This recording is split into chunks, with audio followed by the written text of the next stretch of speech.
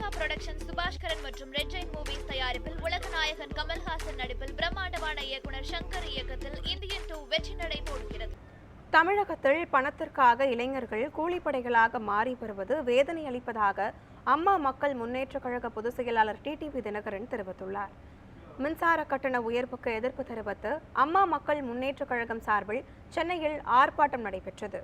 இதில் பேசிய டிடிவி தினகரன், மின்சார கட்டணத்தை உயர்த்தி மக்கள் மீது அதிக சுமையை திமுக அரசு சுமத்தியுள்ளதாக குற்றம் சாட்டினார். போதைப் பொருள் கடத்தலின் மையமாக தமிழகம் விளங்கி வருவதாக தெரிவித்த அவர், தமிழகத்தில் பணத்திற்காக இளைஞர்கள் கூலிப்படைகளாக மாறி வருவது வேதனை அளிக்கிறது என்றும் கூறினார்.